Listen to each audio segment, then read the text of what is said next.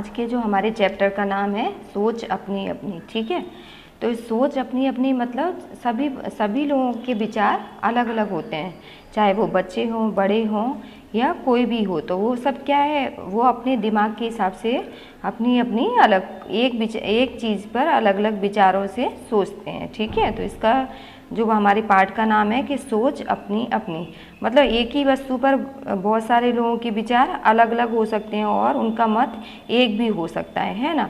सभी लोग एक ही तरह का तो नहीं सोचते। तो क्या है, सोच अपनी अपनी।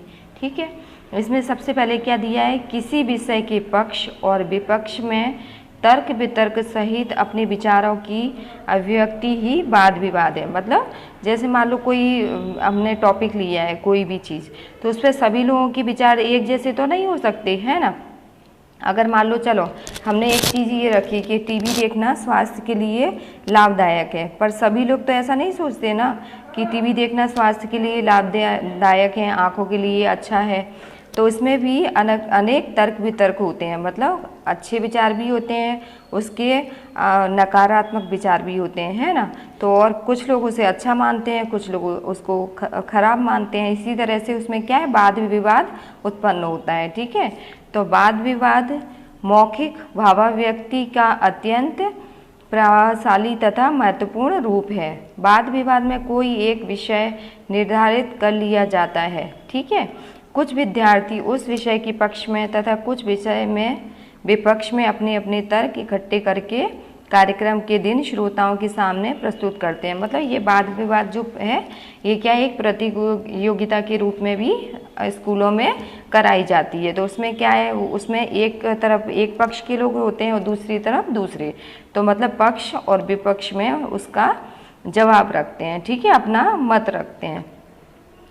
एक प्रवक्ता पक्ष में अपने विचार रखता है तथा दूसरा प्रवक्ता विपक्ष में, मतलब वो एक उसके पक्ष में बोलता है और दूसरा उसके विपक्ष में बोलता है। ठीक है, इस प्रकार प्रवक्ताओं को अपनी बात की पुष्टि तथा विपक्षी के कथन के खंडन का अवसर मिलता है। ठीक है, फिर अभी ये देखो, अब नीचे एक चीज़ की उससे मैं आपको माध्यम से आपको बताती हूँ। जैसे नीचे दिए गए चित्रों को ध्यान से देखिए, फिर उस पर आधारित प्रश्नों पर कक्षा में वाद विवाद करवाइए। वाद विवाद करवाइए मतलब इसमें प्रतियोगिता करवाना है। ठीक है, ऐसा दिया है कि स्कूल में आप अपने बच्चों के साथ वाद विवाद प्रतियोगिता रखिए। इसमें दो पिक्चर हैं, दो तस्वीरें, एक तो गांव की है और एक शहर के लिए। अब इसमें दोनों पिक्चर दी है, तो कुछ लोग इसमें ये है कि गांव का जीवन बहुत अच्छा होता है ऐसा मानते हैं, और कुछ लोग ऐसा मानते हैं कि शहर का जीवन बहुत आरामदायक और अच्छा होता है। ठीक है, फिर कुछ लोग मानते हैं गांव में पॉल्यूशन नहीं होता, तो कुछ लोग मानते हैं कि शहर में पॉल्यूशन होता है। फिर शहर की ज़िंदगी बहुत भागम भाग की होती है और गांव की ज़िंदगी जीवन बहुत सीधा साधा और अच्छा होता है। ऐसे करके ये दोनों में अंतर है। ठीक है, कुछ लोग इसे अच्छा मानते हैं, कुछ लोग इसे अच्छा मानते हैं। गांव की जिंदगी वो जीवन को अच्छा मानते हैं, कुछ लोग शहर के जीवन को अच्छा मानते हैं। इस तरह से इसमें वाद विवाद चलता है। अब ये दिया है दोनों चित्रों में क्या अंतर है, तो दोनों चित्रों में हम अंतर देख के बताओ। पहले आप इसको देखो और बताओ कि इसमें दोनों में पिक्चर में, दोनों तस्वीर में क्या आपको अंतर दिख रहा है। ठीक है, फिर उसके बाद मैं आपको बताऊंगी। पहले आप सोचो कि आपको इसमें क्या क्या अलग नज़र आ रहा है, दोनों तस्वीर में क्या क्या अलग है, यहाँ पर क्या है, यहाँ पर क्या नहीं है, यहाँ पर क्या मिलता है, यहाँ पर क्या नहीं है, इस तरह से। ठीक है, फिर आगे इसी से आधारित फिर यहाँ पर ये दिए हैं, ग्रामर दिए हैं, उसका व्याकरण दिया है।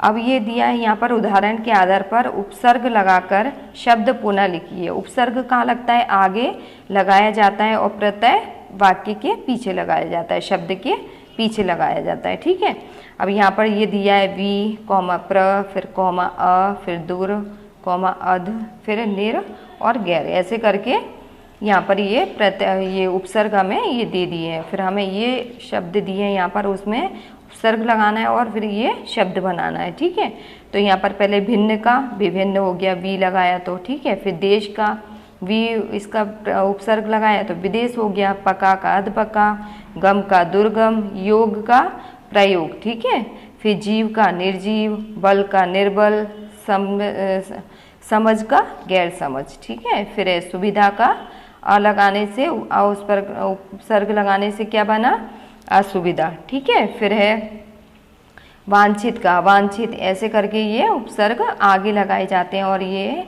इससे वाक्य बनाए जाते हैं। ठीक है, अभी नीचे प्रत्यय है तो फिर प्रत्यय में क्या करना पड़ता है, पीछे लगते हैं, प्रत्यय पीछे लगाया जाता है। ठीक है, फिर यहाँ पर ई, फिर ता, इता, इत और एक, ये हमें यहाँ पर प्रत्यय लगाकर ये वाक्य बनाने हैं। ठीक है, तो विदेश का क्या होगा, विदेशी।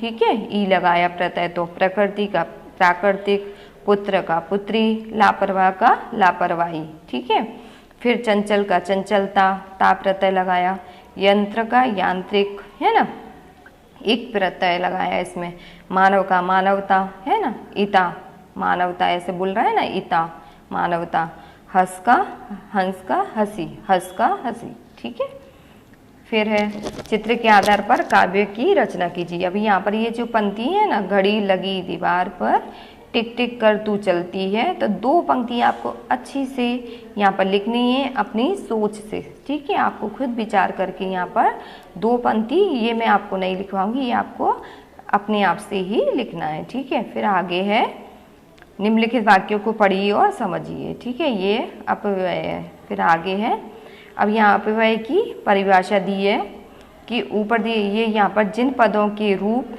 लिंग, वचन, काल या कारक के कारण नहीं बदलती। ठीक है, अर्थात जो सदैव एक जैसे बने रहते हैं, जो वाक्य एक जैसे रहते हैं, बने रहते हैं, उन्हें क्या कहते हैं, अपव्यय, अपव्यय। ठीक है, जिसमें व्यय न हो, मतलब खर्च ना हो, व्यय ना हो, अर्थात विकार या परिवर्तन ना हो, उसे अविकार पद कहा जाता है। ठीक है, अब इसमें अविकार पद कौन कौन से हैं, तो यहाँ पर ये निम्नलिखित वाक्यों को पढ़िए और प्रयुक्त गाढ़े शब्दों पर ध्यान दीजिए।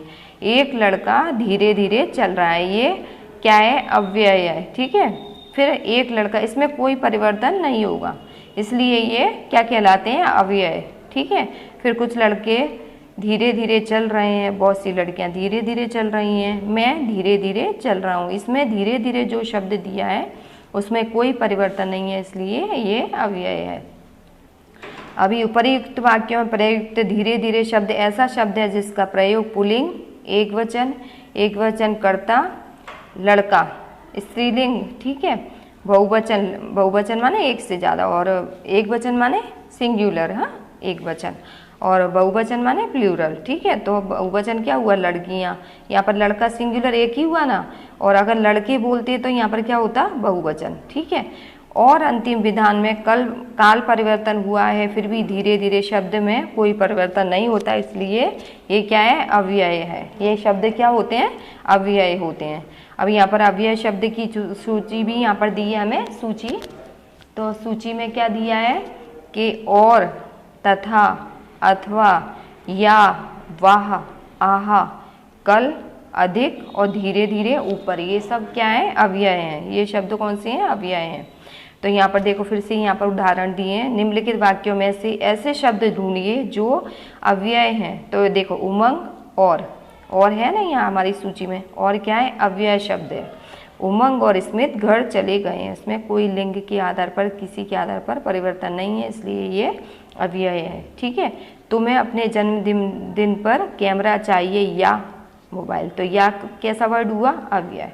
फिर है वाह, कैसा, कैच लिया।